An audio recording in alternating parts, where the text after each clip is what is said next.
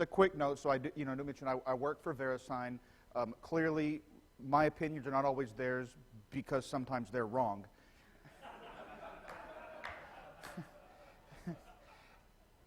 And so what I'll be talking about today is reference to a little bit of some of the things that I do on a day-to-day basis, but the idea is kind of both understanding this process and then obviously how you can at least kind of get started implementing it.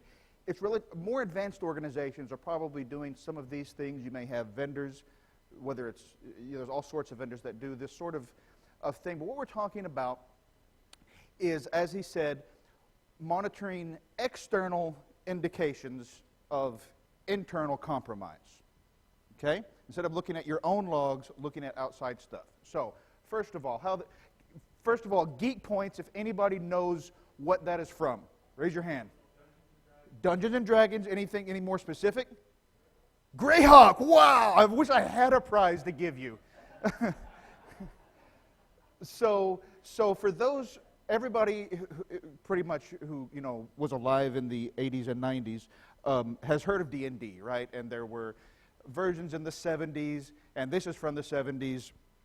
And the Beholder is a monster that is basically a big ball with one eye and lots of tentacles with other eyes. And they're very clever, and they're watching everything, and their lairs are filled with traps. And I thought it was a good metaphor for kind of what we do in Intel today and in IR. Internally, every winter, we have, we call it an analyst summit. And all of our analysts, because some of us, like myself, work remotely, and others are based at the company headquarters in Virginia. And everybody flies in, and we have a couple of days of internal talks and rah-rah and all those things. We have, among these things, kind of an internal group contest. We get separated into 5 or 6 different groups, and we go through kind of some scenarios and exercises, partly for skill sharpening. A lot of it is to work cross-functionally with folks that you might not otherwise interact on a normal day-to-day basis, and it's fantastic for that. And one of these, this last year, I kind of misunderstood what it was saying, and it worked out well that I misunderstood. So it said, how would you build a collection grid for a new customer? And what that means is, how would you go about, when a new customer signs on for a new client, or if you're starting at a new organization, or your organization doesn't have this capability, how do you go about collecting this external intel? Well, it turned out all they really wanted was kind of the thought exercise of, well, I would collect this information, I would collect that information. Well, I thought it was more than that, and I kind of unbelievably decided to forego all the beers that night, and I stayed up late writing code and implementing stuff, and I came back the next day and I said, look, I did this for our org, and here's all the actual stuff that I found. So not only did I end up kicking off some internal incidents, it turned out that I had built a lot of code for what was supposed to be like a paragraph thought exercise. That is what led to this. Too much coffee at night, not enough beer.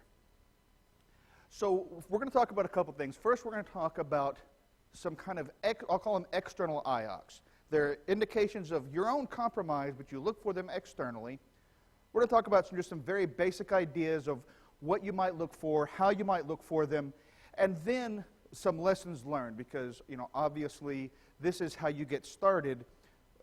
But as you know, the idea, any given idea, is not really that valuable. So all the little lessons that you learn and the implementation along the way, the small decisions that you have to make. Are we going to do it this way or that way? So I want to share a few small tips with you of how that has worked over time for us. So when we talk about this, what we're really talking about is a form of open source intelligence. Looking at open sources, data that just about anybody can access. You may have to pay a fee, but it's not secret data, right? So earlier when Andrew Hay gave a fantastic talk about some of the data that they have, that's data that most of us don't typically have access to, right? That's their telemetry. Similarly, you have data and telemetry in your organizations, let's say, for example, from your logs, that not everybody else, hopefully, has access to. Those are not open sources, right? Those are closed sources. But we're going to be talking about things that just about anybody can access. This means, of course, that you can set up your collection grid, your beholder layer, for any organization of interest.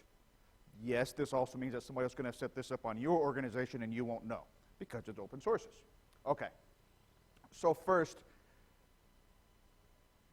last year at DEF CON, I presented with my good friend Alex Pinto with NITO and the MLSec project he was doing some statistical analyses on the quality or lack thereof on these threat intel data feeds. And I'll take a sidebar here to point out that what most people are thinking of these days as threat intel is not threat intel. You get these blacklists of IP addresses and domains and maybe some hashes or URLs if you're lucky, and like, this is our threat intel. No.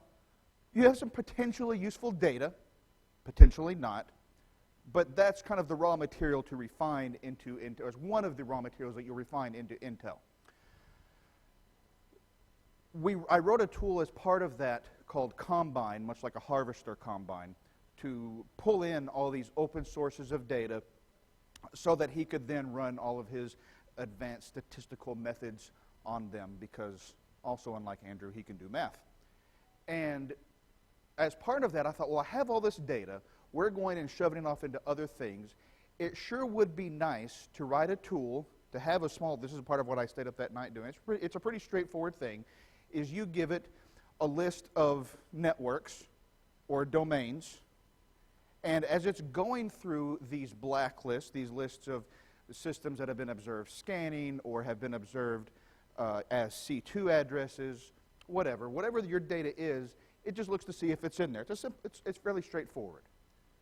And I called it Flail because I wanted to keep it to the Combine theme. But then as I was building this talk, based on D&D and gaming, that's not really D&D. I got to kind of wonder, what's a Nazgul like you doing in a place like this? Nobody. At least Scott got it. Yeah, it's painful. I'm sorry. It's a dad joke. It's a dad geek joke. That's worse. So you're going through. So I have been amazed at the number of organizations, includes sadly my own, where when we peruse these public lists of systems that other people have seen doing bad things or being involved in some sort of malicious activity, and finding your own addresses on there. That might be that you're compromised with a botnet. It might be that you have somebody internally doing some things that they shouldn't be doing. It might be that you have a system that's been compromised and being used as a seed. It can be a lot of different things. But looking for your ranges in these public lists is kind of an easy win, right? It's kind of like literally the least you can do to find out if you've been compromised in some way. Another thing is checking who is data. Now, what I mean by this is checking new domains as they're registered to see if potentially someone is, say, setting up a phishing site to attack your customers. This isn't really a compromise of yours, but you're probably really interested in that. In much the same way, since we're here in my home state of Texas, that cattle rustlers would take cattle and they would add additional markings to the cattle to change the brand into something else. So you have problems now with domains being registered with letters that look almost the same but actually have diacritics and so forth. There are a number of services. Now, to be fair, like yourself pulling down the whois data and parsing it and searching it every day is a real pain and probably out of the scope and maybe even out of the capabilities of many organizations. But it's okay because there's a number of services, domain tools and others, that provide services like this. You can set up, for example, domain tools, a brand monitor. And it will alert you anytime somebody registers a domain that looks like it's related to whatever you're monitoring. That is fantastic. Because then the other thing, now you go then feed that into your existing processes and so forth. So you see that, hey, there's this one email address that keeps registering or trying to register domains that, my legal folks get shut down. Let me monitor all the domains that this person is monitoring, and you can start pivoting out from there. Search engine automation is super useful because, let me give you an example. Anybody who works in threat intel today will tell you that one of the simplest and most interesting ways to find all kinds of wacky stuff is to look at pastebin, right? Not that you're going to always get the most high value stuff on there, but there's a lot on there again, this isn't quite the least you can do, but it's close. Google has a really useful ability. They call it custom search engine, so it's CSE. And what you do is you specify a number of, one of the ways it can work is you can specify a given list of sites. And then it'll give you a search box that when you enter your query, it's only searching those sites. So it's kind of the equivalent, more or less, right, of when you do a query and you append the, site : SANS.org or whatever keyword. It's much like that.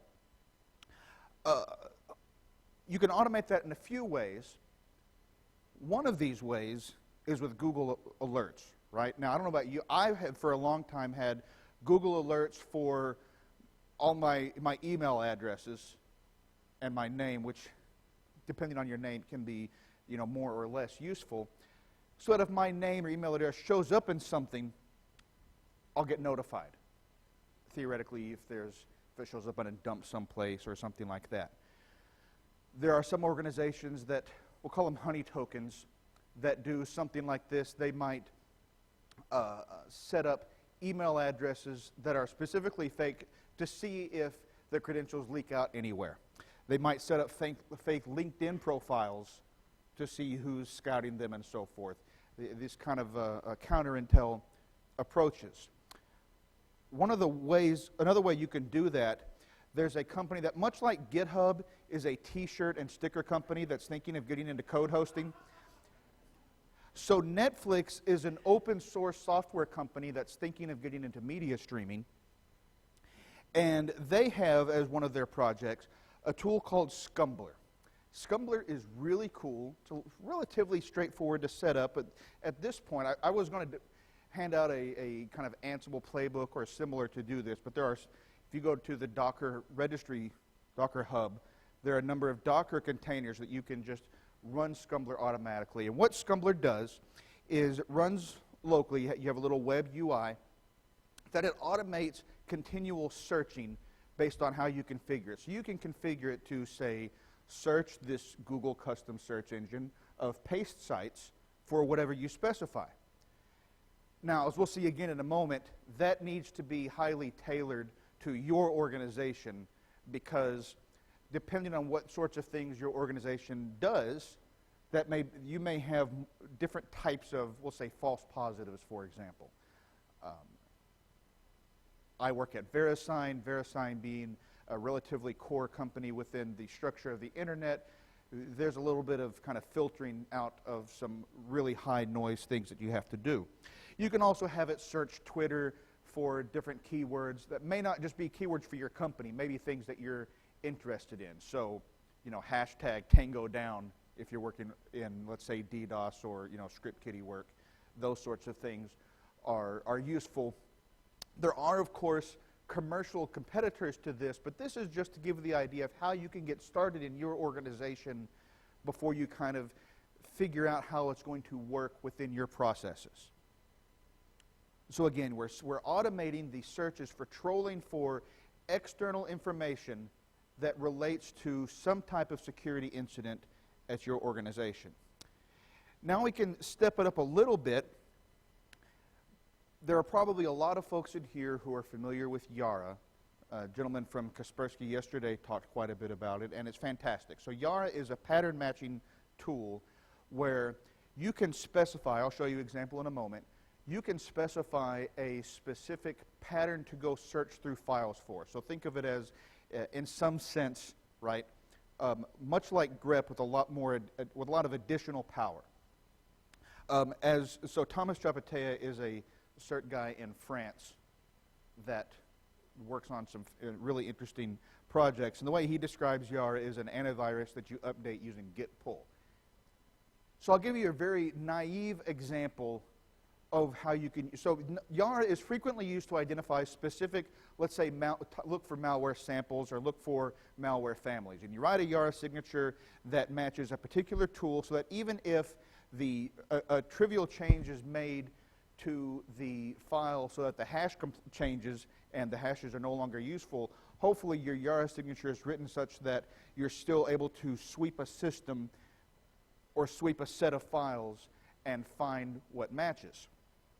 Well, you can also do things like this. So within VirusTotal, for those who have access, and not everybody does, VirusTotal Intelligence gives you a bunch of additional capabilities that aren't in the kind of the publicly available site, right? And one of them is to give it a set of Yara signatures that every time they get a file that matches your Yara signature, it'll send you the file and some metadata about it.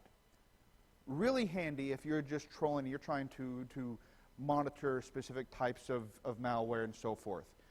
But it's also useful to watch for emails that get uploaded that might reference your organization in some way. So, in this case, the way we do it, let's see if this is we set up two strings. One, at your domain name. Two, stuff you want to filter out. So, Verisign's in a funny business, right? We're actually primarily kind of an underlying registry, right, for .com and .net and .gov and some others. We actually don't manage the cert business currently. So if you get a Verisign cert, that's not from Verisign, it's from Symantec. It's very weird. It's changing. I don't know. I'm not a business guy. I just do work, and they do that other stuff. They make the deals. So certs that have, any file that has a cert in it that was issued from Verisign has embedded in the metadata within it, in the header within it, cps-request@verisign.com. So when I first set it up, I was like, show me all the emails that mentioned Verisign. Oh my God. Within like 5 minutes, I was going to fill up the Gmail account that I had set up for it. It was terrible. So I was like, shut that down, shut that down. Okay, what can we filter out? I've since tuned it, but the idea is now you have your condition. If I see my domain name, and not one of these super common addresses, we had to add a few others, and I hope those folks never get, some of the folks who are involved with the IETF and have their names in all sorts of RFCs. Surprisingly, people upload RFCs to VirusTotal a lot, like the actual doc. I don't know why, but they do. And so certain folks whose names I didn't put here, whose names show up a lot in those RFCs, I'm not able to monitor for them this way, right? There's other ways that there's other things that hopefully compensate for it. So now what you do is you're getting notification anytime something, whether it's an email, .msg for example, or whether it's a file that has something hard-coded in it, has at your domain name. Obviously you can then tweak that. So in addition to hunting for generic malware, you can hunt for stuff that is related to your org, and you may find relevant stuff. I certainly have. So let's talk about some lessons. Now we're going to kind of delve a little bit more back into the beholder side of it. So this is, by the way, the AD&D beholder, where it got more complicated and it wasn't as much fun, because look at all these extra stats they have with it, instead of just, you got a monster you're going to fight with your mage. So, start off simple. If you don't have any of these things, start off with the most basic things, right? Checking for blacklists, that sort of, combine plus fill, or you may have other ways that you're already bringing in this blacklist data for other purposes, right? I want to make sure that I get an alert anytime somebody talks to this external IP address. Have you looked in that data for your own ranges? Really simple. Again, that is like literally the least you can do. Are you searching social? Do you have Google alerts related to, let's say, executive email addresses? Do you have honey tokens? Are you watching paste sites? Start off very simple, because just like any other IR capability or intel capability, you've got to master those things before you can go do all the super cool stuff that SANS will teach you in the course this week, and all the different courses of forensics and intel, and I don't even know what else they're doing this week, but they're doing cool stuff. But you have to evolve or die, right? So just like D&D has had a whole bunch of different editions, the idea is that what was cool and scary and useful at one point, at some time you've got to move on from that and do bigger stuff. So maybe you implement additional automation.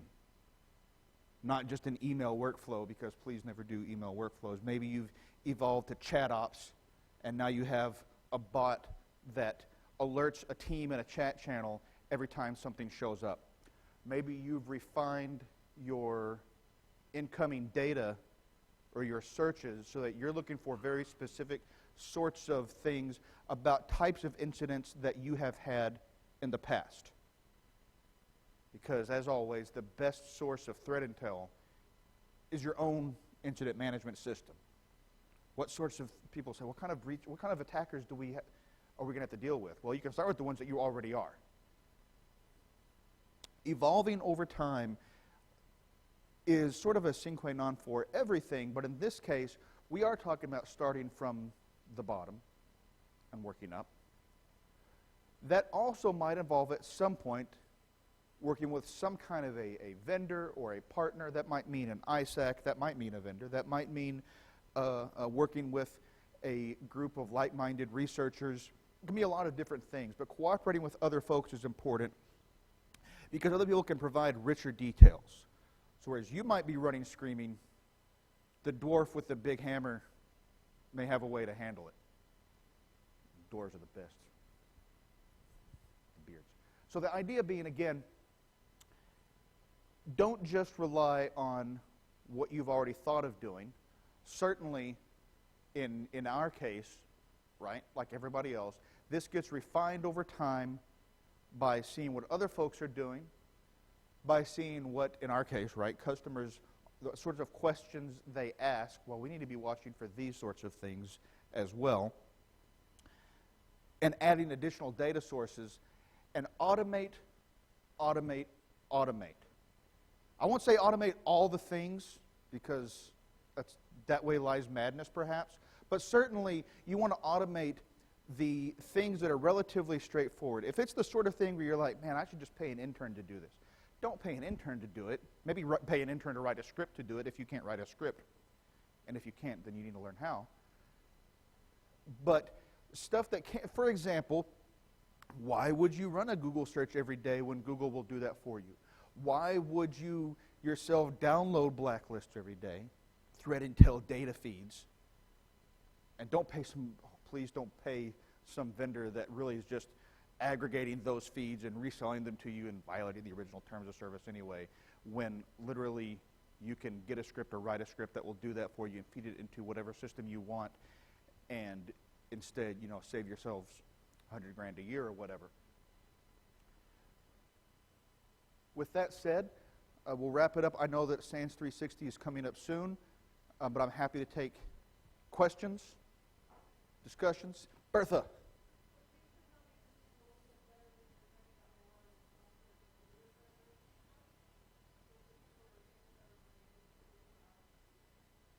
Yes.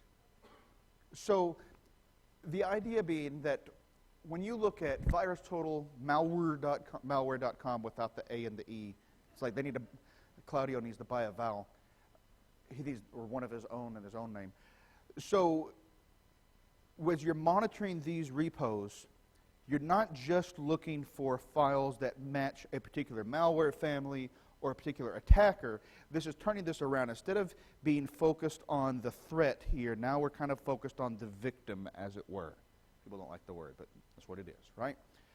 So in some cases, the best way to do that is by using the tools that they have for hunting. Virtual intelligence is the one that I work with the most, but certainly there are others.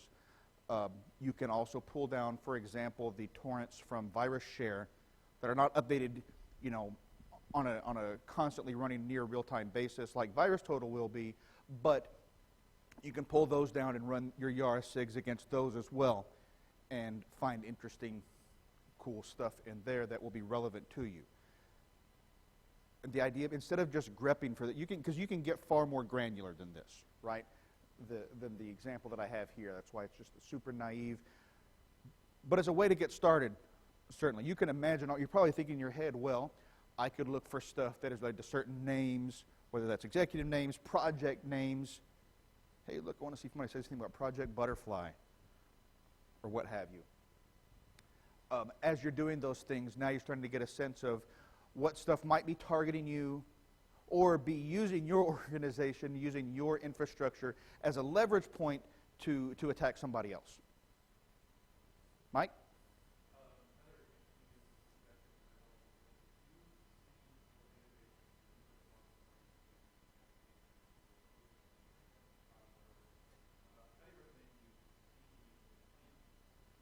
So,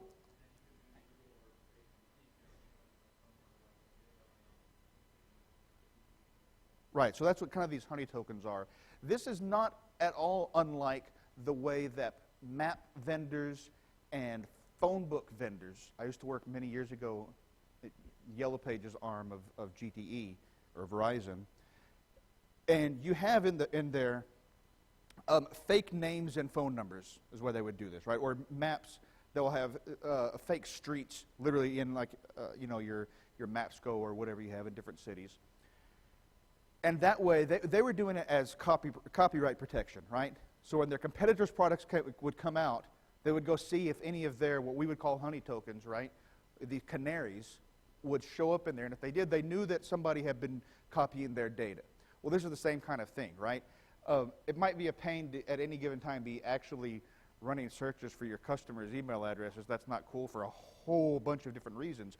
But if you are making up fake email addresses and names, now you can certainly be monitoring for those. This is also useful. Some certs will do this. If somebody reports a phish to them, let's say that the incident response team is some accountant says, hey, I think this is a phishing email. And you're like, oh yeah, this is totally a phishing email looking for your creds.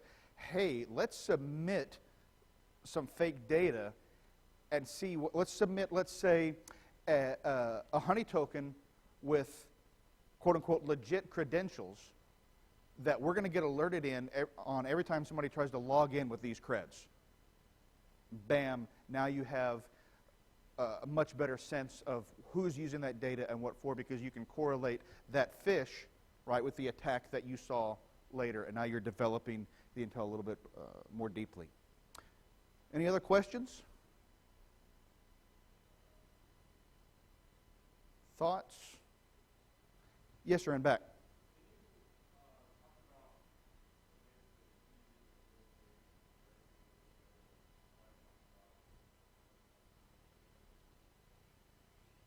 So there's a few different ways you can do it, right? Some of this gets a little bit threat-specific rather than target-specific, right? If in the process of this, you're starting to find that, certain threat actors, certain adversaries, certain campaigns are propping up, and you're having, lunch with your colleague from a quote-unquote competing company, right? But you're doing, you're competing based on business, not based on whether or not one of you gets pwned and the other one doesn't. And hey, we're kind of seeing some of the same thing. Okay, we can work together on this. The other thing that you can do in that is starting to see what kinds, clearly you're not going to be, talking in specific, oh, we had a compromise and here's exactly how it worked and here's all the data that got out. What are the sorts of things that you're seeing? Those sorts of discussions, whether it's within your ISAC, if you're at a retail organization, so now the retail CISC has stood up, Wendy Nather is running the Intel org over there. That's certainly one way. In some cases, some research groups, right, trust groups, whatever, set up some kind of shared infrastructure so that you could have, for example, a shared Scumbler instance for some sorts of things, other sorts of Intel platforms for, malware searching and analysis. Virus total intelligence is a good example where it's really expensive, and for a lot of organizations, the value isn't there. Passive total, yes. So passive, man, that's a great example. So passive total, by Brandon Dixon and Steve Ginty, is sort of a, if you will, a passive DNS aggregator, okay? So passive DNS does this. It doesn't say, when I query for this domain, what are the DNS results for it right now? It records past DNS responses, so you can say, hey, back on December 12th, this is what that DNS query actually returned to somebody. Okay, by itself, that's super useful. Now you add on to that All of that data kind of getting aggregated from different passive DNS locations, Farsight, VirusTotal, whomever. Some level of whois aggregation and scraping, and a little bit of crowdsourcing, right? So if I say, hey guys, this IP address is a sinkhole, then when somebody else looks that up, they see it's a sinkhole as well. As you're starting to, it would be really interesting, certainly along the lines of searching the blacklist, searching for your IP addresses in those things and saying, hey, somebody said this is a C2 address. It's less open, right? You have to, get an account with Passive Total, but it's still certainly available to you. Scott, do you have additional thoughts on how you would use them? For this purpose, I mean?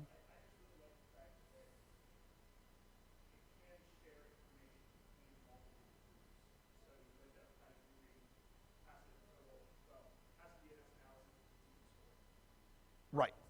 So you're getting additional tags that you can apply. There's some level of categorization. You can say this is crime, this is APT, this is sinkhole, because there are so many dead ends and false correlations that people will make, right? So you say, hey, I see my system beaconing out to this IP, I see this other system beaconing to this other IP, and I do an analysis and I find two different families of malware, and I say, oh, clearly these malware families are related somehow. They must be the same threat actor. It turns out that actually, like, it's a GoDaddy parking domain, or it's a Kaspersky sinkhole or whatever, and it's actually the botnet was partly taken down, and there's no actual other correlation between them.